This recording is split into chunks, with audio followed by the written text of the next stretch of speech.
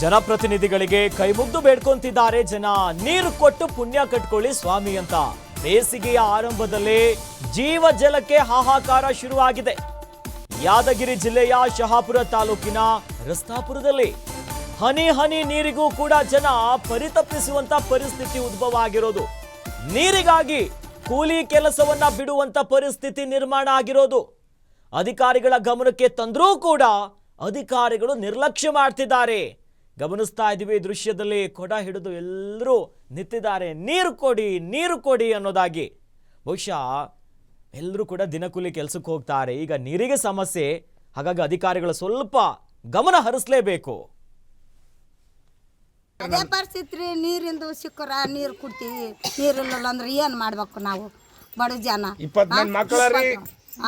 ಮನೆ ಮಾರು ಏನು ಪರಿಶಾನ, ಮಳೆ ಜಳೆ ಇಂಥದ್ದೆಲ್ಲ ಬಂದ್ರೆ ಹೆಂಗೆ ಮಾಡ್ಬೇಕು ನಾವು ಬಡವರು? ಮನೆ ಇದ್ರೆ ಮನೆಯಾಗಿರ್ತೀವಿ, ಮನೆ ಇರ್ಲಿಕ್ಕಂದ್ರೆ ಅಂಗಳಕ್ಕೆ ಬೀಳೋದು. ಇಷ್ಟು ಪರಿಶಾನ ಆದ್ರಿ ನೀರು ಮೊದಲು ನೀರು ಸಹಾಯ ಮಾಡ್ಬೇಕು ನಮಗೆ. ನೀರಿದ್ರೆ ಎಲ್ಲಟ್ಟು ಜೀವನ, ಉಪಜೀವನ. ದನ ಕರ ಮರಿ ದನ ಕರ ಎಲ್ಲೇಸಿ ಬದುಕ್ತಾವ, ಎಲ್ಲೇಸಿ ಮಾಡ್ತಾವ. ನೀರಿದ್ರೆ ಬದುಕುತ್ತಾವ, ನೀರು ಇರ್ಲಿಕ್ಕಂದ್ರೆ ಇಲ್ಲ, ಸತ್ತೋಗ್ಯಾವ ಮರಿ ದನಗಳು.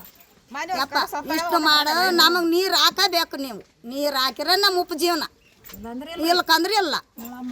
ನಳ ಮಾಡ್ಯಾರ 2 ವರ್ಷ ಆಯ್ತು, ನೀರಿಲ್ಲ ಏನೇನು. ಯಪ್ಪ ನೀರು ಬರಲ್ಲ, ಯಪ್ಪ ಬರ್ತಾವ್ಗೆ ಅಂತಾರೆ.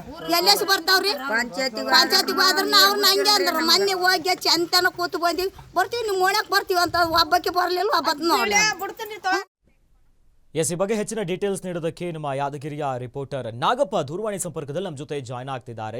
ನಾಗಪ್ಪ, ನಿಜವಾಗ್ಲೂ ಅವ್ರ ಮಾತು ಕೇಳಿಸ್ಕೊಳ್ತಾ ಇದ್ವಿ. ನಮಗೆ ನೀರು ಕೊಡಿ, ನೀರಿಲ್ಲ ಅಂತ ಕೇಳ್ತಿದಾರಲ್ಲ, ಎಷ್ಟು ದಿನದಿಂದ ನೀರಿನ ಸಮಸ್ಯೆ ಇದೆ? ಜೊತೆಯಲ್ಲಿ ಅಧಿಕಾರಿಗಳು ಬಂದು ಪರಿಶೀಲನೆ ಮಾಡುವಂತ ಕೆಲಸ ಮಾಡ್ತಿದ್ದಾರಾ? ಏನ್ ಅಲ್ಲಿನ ಚಿತ್ರಣ ಹೇಗಿದೆ ಅಂತ?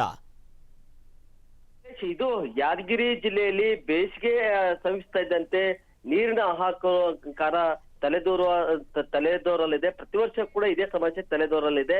ಪ್ರಮುಖವಾಗಿ ಯಾದಗಿರಿ ಜಿಲ್ಲೆಯ ಶಹಾಪುರ ತಾಲೂಕಿನ ರಸ್ತಾಪುರ ಗ್ರಾಮದ ಎಸ್ಸಿ ಬಡಾವಣೆಯಲ್ಲಿ ಸುಮಾರು 6 ತಿಂಗಳಿಂದ ಅಲ್ಲಿ ಕುಡಿಯೋ ನೀರಿನ ಸಮಸ್ಯೆ ತಲೆದೋರಿದೆ. ಆದ್ರೆ ಈ ಬಗ್ಗೆ ಅಲ್ಲಿ ಶಾಶ್ವತ ಕುಡಿಯೋ ನೀರಿನ ಸಮಸ್ಯೆ ನೀಗಿಸಬೇಕೆಂದು ಸರ್ಕಾರ ಕೋಟ್ಯಾಂತರ ರೂಪಾಯಿ ವೆಚ್ಚ ಮಾಡಿ ಜೆಜೆಎಂ ಕಾಮಗಾರಿ ಕೈಗೊಂಡಿದ್ದು. ಆದ್ರೆ ಆ ಮನೆಗಳಿಗೆ ಜನರ ಮನೆಗಳಿಗೆ ನಲ್ಲಿ ತಲುಪಿದೆ ಹೊರತು ಅಲ್ಲಿ ಒಂದು ಹನಿ ನೀರು ಕೂಡ ತಲುಪ್ತಾ ಇಲ್ಲ. ಹೀಗಾಗಿ ಕುಡಿಯುವ ನೀರಿನ ಸಮಸ್ಯೆ ತಲೆದೋರಿದೆ. ಈ ಬಗ್ಗೆ ಅಲ್ಲಿನ ಮಹಿಳೆಯರು ಕೂಲಿ ಕೆಲಸವನ್ನು ಬಿಟ್ಟು ನೀರು ತರುವಂತ ಕೆಲಸ ಮಾಡ್ತಾ ಇದ್ರೆ.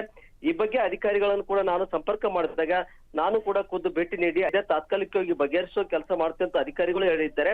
ಆದ್ರೆ ಇಷ್ಟಾದ್ರೂ ಕೂಡ ಇಲ್ಲಿವರೆಗೆ ಅಲ್ಲಿನ ಗ್ರಾಮಸ್ಥರ ಮಹಿಳೆಯರ ನೋವಿನ ಮಾತು ಏನಂತಂದ್ರೆ, ನಾವು ಕುಡಿಯೋ ನೀರಿಗಾಗಿ ಕೂಲಿ ಕೆಲಸ ಬಿಟ್ಟು ನಾವು ನೀರು ತರುವಂತ ಪರಿಸ್ಥಿತಿ ತಲೆದೋರಿದ. ನಮಗ ಶಾಶ್ವತ ಕುಡಿಯೋ ನೀರಿನ ಸಮಸ್ಯೆ ನೀಗಿಸಬೇಕೆಂದು ಒತ್ತಾಯ ಮಾಡಿದ್ದಾರೆ. ಅಖಿಲೇಶ್, ಧನ್ಯವಾದಗಳು ನಾಗಪ್ಪ ತಮ್ಮೆಲ್ಲ ಮಾಹಿತಿಗೆ.